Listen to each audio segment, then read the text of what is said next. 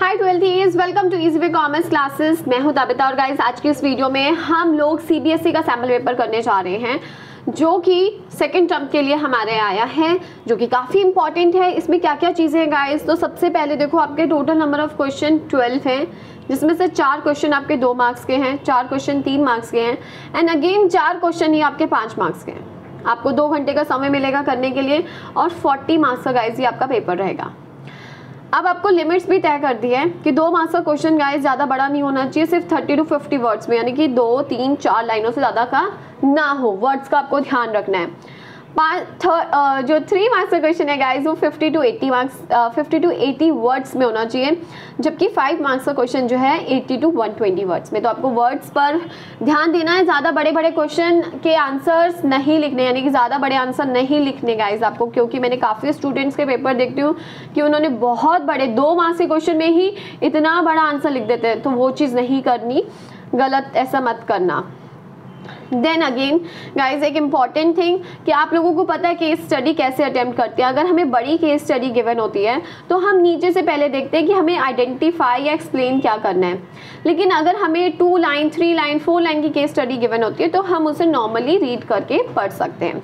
अब सबसे पहले हम लोग आइडेंटिफाई फर्स्ट केस स्टडी देखते हैं या क्वेश्चन देखते हैं। Identify and explain the 2 sources of recruitment. हमें वो 2 सोर्स बताने हैं रिक्रूटमेंट के, which can not be used when the existing staff is either insufficient or does not fulfill the eligibility criteria of the jobs to be filled। जो हमें use नहीं करना चाहिए गाइस जब हमारा internal staff, existing staff insufficient हो।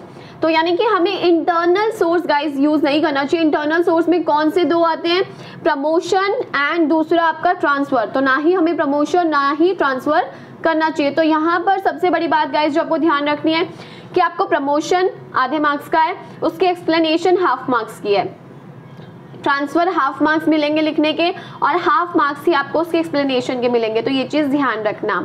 Second case study जो है गाइस हमारी, इसमें उन्होंने हमसे पूछा है identify and explain the method recommended by mister Kapoor through which the company can raise additional fund for expansion purpose।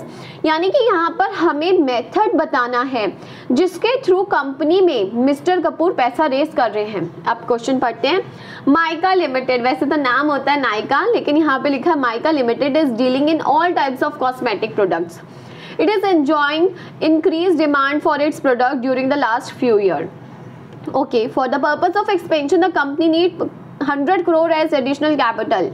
The company decided to raise fund through equity share। Company को 100 करोड़ की जरूरत है और वो इक्विटी शेयर से उसे race कर रहे हैं। चिराग कपूर जो फाइनेंस मैनेजर है कंपनी का, रिकमेंड करता है दैट द शेयर में be sold through issuing house और ब्रोकर, कि हम लोग इशूइंग हाउस और ब्रोकर को अपने शेयर इशू कर देते हैं। अब हमें इसका मेथड बताना है कि चिराग ने कौन सा मेथड बोला है। तो गाइस जब भी हम लोग शेयर इशू करते हैं हमारे पास काफ़ी ऑप्शंस होते हैं कि हम किस तरीके से मार्केट में उसे ला सकते हैं, बट अगर हम इंटरमीडिएट्स के थ्रू लेके आते हैं या ब्रोकर को अपने शेयर इशू करते हैं तो उसे ऑफर फॉर सेल कहा जाता है। तो यहाँ पर हमें ऑफर फॉर सेल मेंशन करना है। दूसरी चीज़ आपको उसे एक्सप्लेन भी करना है, क्योंकि एक्सप्लेनेशन के भी यहाँ पे मार्क्स है। ठीक है, अब अगेन हम लोग थर्ड क्वेश्चन पे आते हैं। अपने थर्ड क्वेश्चन में उन्होंने हमसे पूछा है explain the 2 concept which are a part of the exercise which would reveal whether a company is under staffed, over and optimally staffed. तो गाइज जब सबसे पहले हम लोग स्टाफिंग का प्रोसेस करते हैं तो estimation of man power requirement पढ़ते हैं, है ना। उसमें 2 कंसेप्ट के बारे में बात करी जाती है, work load analysis and work force analysis. Workload में हम काम को देखते हैं, ठीक है, और कितने टाइप के लोग हमें नीडेड हैं उस काम को कंप्लीट कराने के लिए, उनको देखते हैं। जबकि वर्क फोर्स एनालिसिस में हम नंबर एंड टाइप्स अवेलेबल को देखते हैं, जिसमें हम over, under and optimally staffed को देखते हैं। तो आपको दोनों workload analysis and work force analysis दोनों लिखना है और उसके साथ साथ उनको एक्सप्लेन भी करना है। Without explanation guys marks cut जाएंगे, तो एक्सप्लेनेशन बहुत ज़रूरी है।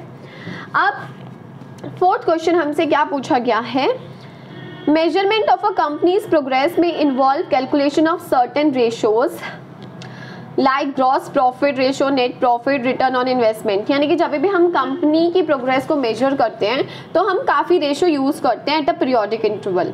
Identify the function of management involve in the above context. तो देखो मैनेजमेंट के 5 फंक्शन होते हैं, प्लानिंग, उसके बाद ऑर्गेनाइजिंग, स्टाफिंग, डायरेक्टिंग, कंट्रोलिंग। लेकिन मेजरमेंट किस में आता है गाइज? आपके कंट्रोलिंग में।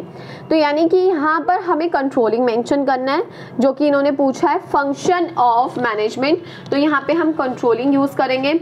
उसके बाद इन्होंने बोला है also briefly explain the step in the process of the identified function discuss. तो जो आपने स्टेप बताया है कंट्रोलिंग का, कौन सा स्टेप है गाइज? तो यहाँ पे स्टेप है हमारे कंट्रोलिंग का second step, measurement of actual performance. तो वो बताना है और उसको एक्सप्लेन भी करना है। तो इस चीज़ का खास ध्यान रखना है कि आपको वो स्टेप आइडेंटिफाई करना है और उसकी एक्सप्लेनेशन देनी है। 5th क्वेश्चन हमारा केस स्टडी वाला है, काफ़ी बड़ा क्वेश्चन है हमारा, जिसमें हम लोगों को एक्सप्लेन करना है any 2 such measures discuss by him. तो सबसे पहले क्वेश्चन ही पढ़ लेते हैं क्योंकि नीचे भी 3-4 लाइनें गिवन है। तो देखो, mister Pavan Kumar the CEO of an e-commerce startup which was facing the problem of a huge employees turnover decide to hold a meeting with the manager to discuss the issue। अब CEO जो है हमारे पवन कुमार, वो problem discuss करते हैं managers के साथ कि भाई हमारे एम्प्लॉयज़ इतना छोड़ के क्यों जा रहे हैं। While addressing the manager in the meeting he advise them to take certain measures. वो जब ये मीटिंग करते हैं तो वो कहते हैं कि भैया हमें कुछ तो करना पड़ेगा। He advise them to take certain measure which focus on psychological, social and emotional factor in order to motivate employees. कि भाई मोटिवेट हमें इन किन्हीं तरीक़ों से करना पड़ेगा। Explain any 2 such measures discussed by him when he suggested that the job should be made interesting। वो कहता है हमें इसमें से कोई 2 मेजर्स बताने हैं जब उसने डिस्कस किया। क्या डिस्कस किया guys? when he suggested that the job should be made interesting so that the job itself become a source of motivation। Job अपने आप सोर्स ऑफ मोटिवेशन बन जाए। Employees should be congratulated for a good performance and stability regarding a future income and work should be provided to employee in order to develop। तो हमें यहाँ पर क्या बताना है गाइस? वो 2 मेजर जो उसने यूज़ करे हैं। तो सबसे पहले उसने जो यूज़ करा है गाइस, वो यूज़ करा है जॉब एनरिचमेंट को, जिसमें उसने बात करी है कि जॉब ही itself become a source of motivation. Employee should be congratulated. हम कॉन्ग्रेचुलेशन कौन सी स्कीम में देते हैं अपने एम्प्लॉयज़ को? नॉन मॉनेटरी में आता है ये गाइस, एम्प्लॉयज़ रिकॉग्निशन प्रोग्राम में। और उनको स्टेबिलिटी किस में दी जाती है? जॉब सिक्योरिटी में। तो आपको इस चीज़ का ध्यान रखना है और इसी हिसाब से आपको इस क्वेश्चन को अटेम्प्ट करना है। देन क्वेश्चन नंबर 6 जो है गाइस, वो डायरेक्ट क्वेश्चन है आपका, कोई केस स्टडी बेस्ड नहीं है। State any 3 points of importance of directing. तो डायरेक्टिंग की 3 इंपॉर्टेंस बतानी है। बुक में 4-5 गिवन है, जिसमें directing initiate action, directing integrate employees efforts, directing guides employees. तो काफ़ी सारी हैं जो आप लिख सकते हो। इसके अलावा क्या है? Define leadership as an element of directing, enumerate any 2 style. तो लीडरशिप गाइस आपको डेफिनेशन बतानी है। और 2 स्टाइल्स में आपको पता ही है, ऑटोक्रेटिक, डेमोक्रेटिक, लेसेस फेयर, कोई भी 2 टाइप आप बता सकते हो और उसे एक्सप्लेन कर सकते हो। तो एक्सप्लेनेशन हर एक क्वेश्चन में नीडेड है।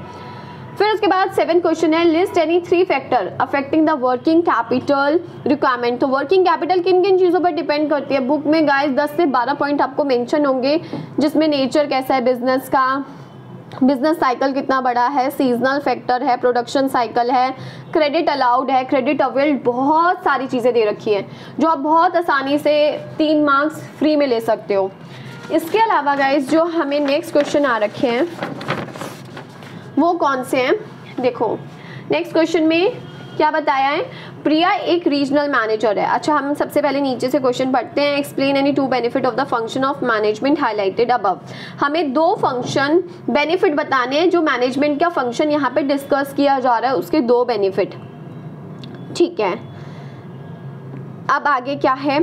प्रिया एक रीजनल मैनेजर है XYZ लिमिटेड की। She is a hard working employ and it's trying to reduce wastage of resource in her resources in her company, वो बहुत हार्ड वर्किंग है गाइस और वो चाहती है कि वेस्टेज कम हो।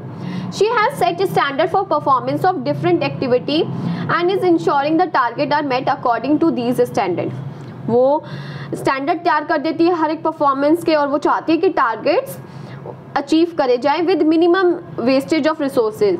She has set up a CCTV cameras भी लगा दिए which help her to keep a close check on the activities of the subordinate and know how the employees are performing। भैया CCTV कैमरा लगा के वो नज़र भी रख रही है। She also rewards employees with a bonus with these standards are made। जिनका काम हो जाता था वो उनको बोनस भी प्रोवाइड करती थी। She is trying her best to ensure a good performance of her team this year through the application of an important, कौन सा फंक्शन है यहाँ पर जो गाइस हाईलाइटेड हो रहा है? सो कंट्रोलिंग है।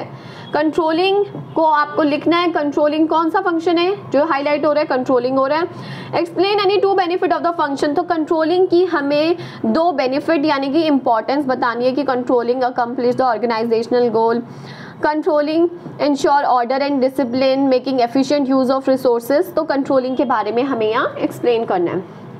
उसके बाद 9th क्वेश्चन गाइस हमारा डायरेक्ट है जिसमें हमें enumerate any 5 rights of a consumer.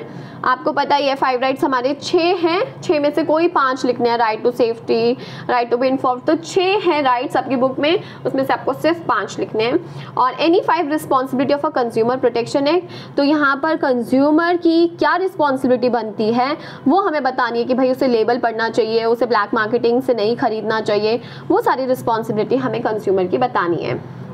इसके अलावा गाइस जो 10th क्वेश्चन है वो भी डायरेक्ट है। State any 5 regulatory function of the SEBI यानी कि security and exchange board of India के कोई आपको 5 काम बताने हैं। तो इसको अच्छी तरीके से लर्न कर लेना। मे बी बोर्ड में वो इस तरीके का क्वेश्चन आपको दे दें तो आपको 5 काम पता होने चाहिए जिसमें वो ब्रोकर का रजिस्ट्रेशन, स्कीम्स जो होती है इन्वेस्टमेंट स्कीम है, म्यूचुअल फंड्स का registration, regulation of stock broker, regulation of take over bids by company, सारा कुछ वो रेगुलेट करके चलते हैं। इसके अलावा लिवाई करते हैं fee and other charges for carrying the purpose of the act. अब गाइज हम आते हैं नेक्स्ट क्वेश्चन पर जो कि हमारा 11th क्वेश्चन जिसमें हमें name the process and steps in the process of identifying and choosing the best person. तो यानी कि ये तो मुझे लग रहा है स्टाफिंग से रिलेटेड कुछ क्वेश्चन है। तो सबसे पहले क्वेश्चन पढ़ते हैं। हमें यहाँ पे नेम बताना है कि प्रोसेस का कौन सा यूज हुआ है। In an interview with a leading news channel के साथ इंटरव्यू में मिस्टर राकेश क्वात्रा जो कि CEO है get my jobs has suggested that the company which want more and more people to apply for the job in their organization should make a process of applying for job easier and candidate friendly। यानी कि वो कहता है कि भैया candidate friendly आपको कुछ ऐसा तरीका अपनाना चाहिए ताकि लोग आपकी कंपनी में ज़्यादा से ज़्यादा अप्लाई कर सकें। It is for this reason he said that the most progressive company today have a short application process. He also said that the application form filled by candidate is very important and it is information supplied in the application form which helps the manager in eliminating unqualified और unfit job seeker। जिससे हम लोग अपने employees को जो हमें लगता है कि पहले से ही फर्स्ट राउंड में उन्हें भगा देना चाहिए उनको हम पहले राउंड में भगा देते हैं। The company can create a mechanism the attempt to measure certain characteristics of individual. हम उनके टेस्ट लेते हैं गाइस जैसे aptitude, manual and dexterity and intelligence test, personality. The candidate may then be called for an in-depth conversation to evaluate their suitability। उसके बाद हम उन्हें interview पर बुलाते हैं। तो यहाँ पर वो हमसे पूछ रहा है ये किसका प्रोसेस है। Name the process and steps in the process of identify and choosing the best person out of a number of prospective candidate for a job discussed above. तो गाइज यहाँ पे सबसे पहले जिस प्रोसेस की बात करी जा रही है तो उस प्रोसेस को हम सिलेक्शन प्रोसेस कहते हैं। सिलेक्शन का प्रोसेस है राइट। अब सिलेक्शन में किन चीज़ों के बारे में बात करी जा रही है जिसमें हम बेस्ट पर्सन को चूज़ करते हैं, आइडेंटिफाई करते हैं। तो सबसे पहले प्रिलिमिनरी स्क्रीनिंग, सिलेक्शन टेस्ट होता है, उसके बाद एम्प्लॉय का इंटरव्यू होता है। तो हमें वो स्टेप्स मेंशन करने हैं। सेकेंड में ये हमसे पूछते हैं also explain the next 3 step in the process. Which can be subsequently perform by the company. अब इसके बाद जो नेक्स्ट 3 स्टेप्स होते हैं, यानी कि आपने एम्प्लॉय का इंटरव्यू ले लिया, इसके बाद और कौन से 3 स्टेप्स होते हैं, तो रेफरेंस एंड बैकग्राउंड चेक होता है। उसके साथ के साथ आप जब उनका बैकग्राउंड चेक करते हो फिर उन्हें सिलेक्ट करते हो, सिलेक्ट करने के बाद उनका मेडिकल एग्जामिनेशन कराते हो। तो आपको सिलेक्शन का प्रोसेस अच्छी तरीके से याद करना है और इसके साथ साथ आपको स्टाफिंग का भी प्रोसेस याद करना है गाइस, क्योंकि उससे भी रिलेटेड क्वेश्चन आ सकते हैं। अब है हमारा क्वेश्चन नंबर 12, ठीक है, जो कि हमारा थोड़ा सा प्रैक्टिकल क्वेश्चन भी है और थ्योरी भी है। थ्योरी में हमसे इन्होंने क्या पूछा है गाइस, थ्योरी में हमसे इन्होंने पूछा है कि discuss the meaning of dividend decision, हमें डिविडेंड डिसीजन का मतलब बताना है। And in the light of the above statement explain any 2 factor which should be consider by one's limited by formulating the dividend policy. तो dividend policy बनाते वक्त किन चीज़ों का ध्यान रखना चाहिए इस कंपनी को खासकर। तो वंस लिमिटेड एक लार्ज रेप्यूटेड कंपनी है जो वेंटिलेटर बनाती है। After the outbreak of covid in 2020 the company की जो रेवेन्यू है वो 40% से बढ़ गया। It has planned to further increase its production capacity and also start production of PP kit। भाई वो ये चीज़ें भी बनाने लग गई, सैनिटाइजर और मास्क भी बनाने लग गई हैं। Very good. The finance manager of the company mister Rajeev feels confident about the future of the company and its liquidity position. ठीक है, तो discuss the meaning of dividend, और वो किस बेसिस पर गाइस डिविडेंड डिसीजन लेंगे, तो amount of earning, growth opportunity, उनकी कैश फ्लो स्टेटमेंट, इन बेसिस पर वो डिसीजन लेंगे और आपको उन्हें एक्सप्लेन भी अच्छी तरीके से करना है। इवन आपको डिविडेंड डिसीजन को भी एक्सप्लेन करना है, तो कोई भी वर्ड अगर आप लिख रहे हो तो उसकी एक्सप्लेनेशन ज़रूर चाहिए। इसके बाद हमारा लास्ट क्वेश्चन है गाइस, जो कि है वेदांश लिमिटेड का, has a share capital of 10 lakh divided into 100 rupees का शेयर है, और for expansion purpose the company को 5 लाख रुपए एक्स्ट्रा चाहिए। ठीक है, the management is considering the following alternative. पहला ऑप्शन है कंपनी के पास 5000 इक्विटी शेयर इशू कर दे 100 रुपए के हिसाब से। दूसरा ऑप्शन है कि issue of 10% debenture of ₹5 lakh, debenture issue करना, और एक में था शेयर इशू करना। The company is present earning before interest and tax, EBIT कितना है उसका 4 lakh. Assuming that the rate of return of investment remains the same after expansion, company कहती है जितना अभी उसकी इनकम हो रही है, जितने % ROI बाद में भी उतनी होगी। ठीक है, तो हम लोगों को यहाँ क्या बताना है, which alternative should be use by the company in order to maximise the return to the equity shareholder. The tax rate is 50%, show the working. तो गाइज इसका ये क्वेश्चन करने के लिए आपको कंसेप्ट अच्छी तरीके से इसका क्लियर होना चाहिए, जिस पर मेरी वीडियोस बनी हुई हैं, तो आप वो भी देख सकते हो। तो सबसे पहले हम लोगों को जो निकालना है वो रिटर्न ऑफ ROI निकालना है, जो कि कितना है, ये लोग 4 लाख रुपए कमा रहे हैं। ठीक है, कितना लगा के, 10 लाख रुपए लगा के, तो कितना % होता है 4 लाख 10 लाख का 40%। अभी कहते हैं कि आने वाले समय में भी इनका रेट यही रहने वाला है 40%। तो लेकिन आने वाले समय में इनकी जो कैपिटल होगी वो कितनी होगी गाइस, 10 लाख प्लस 5, 15 लाख का 40% कितना होता है, 15 लाख का 40% होता है गाइस 6 लाख रुपीज़। तो यानी कि इनकी जो earning before interest and tax होगा वो होगा 6 लाख रुपए। ठीक है, और अगर हम फर्स्ट ऑप्शन देखें और सेकंड, इसमें भी कितना होगा, 6 लाख रुपए। सबसे पहले हमें लेस करना है इंटरेस्ट, ये हमारा ऑप्शन है गाइस शेयर वाला, और ये है हमारा डिबेंचर वाला। ठीक है, अब इसमें हमें earning before interest and tax में सबसे पहले आई जाता है, दैट इज इंटरेस्ट। तो इंटरेस्ट लेस करेंगे हम लोग, कितना बनेगा, यहाँ पर तो कोई भी हमारे पास डिबेंचर नहीं है तो कोई इंटरेस्ट नहीं जाएगा, पूरे 6 लाख आ गए। लेकिन यहाँ पर हम लोग डिबेंचर इशू कर रहे हैं 5 लाख रुपए के 10%, तो यहाँ तो 50,000 रुपये हमसे इंटरेस्ट जाना ही जाना है। तो हमारे पास बचेंगे 5,50,000। अब इसमें से हमें सेकेंड चीज़ क्या माइनस करनी होती है, टैक्स। ये आ गया अर्निंग बिफोर टैक्स। अब लेस करेंगे हम लोग टैक्स, जो कि रेट गिवन है 50%। क्वेश्चन में कहाँ गिवन है, ये रहा गिवन 50%। तो यहाँ पे तो 3 लाख रुपए सीधा गवर्नमेंट को चला गया, बचे कितने, 3 लाख। यहाँ कितना जाएगा गाइस, 2.5 लाख प्लस 25, 2,75,000, 5,50,000 का 50%, 2,75,000, और बचेंगे कितने पैसे, 275। दोनों जगह अमाउंट अलग अलग बच रहा है। यहाँ पे नंबर ऑफ शेयर कितने हैं, नंबर ऑफ शेयर्स यहाँ पर हमारे पास हो गए हैं 10,000 कितने और प्लस 5,000, 15,000 शेयर्स है, जबकि यहाँ पर हमारे नंबर ऑफ शेयर्स हैं 10,000 ओनली। तो अर्निंग पर शेयर कितना आएगा? 3 लाख को अगर हम 15,000 से डिवाइड करें तो 20 रुपये के हिसाब से, और यहाँ अगर डिवाइड करें तो 27 रुपये 50 पैसे के हिसाब से। तो अर्निंग किसकी ज़्यादा हो रही है गाइस? किस केस में हमारे पास अर्निंग ज़्यादा है? सेकंड। तो कंपनी को सेकंड ऑप्शन चूज़ करना चाहिए ताकि कंपनी की अर्निंग पर शेयर जो है इसमें ज़्यादा होगी। आई होप गाइस आपको ये समझ आया होगा, क्योंकि ये एक कंसेप्चुअल बेस्ड क्वेश्चन है। अगर नहीं आया तो इसके लिए सबसे पहले मेरी वीडियो देखना, उसके बाद इस क्वेश्चन को अटेम्प्ट करना। नेक्स्ट वीडियो में मिलते हैं। Bye, take care.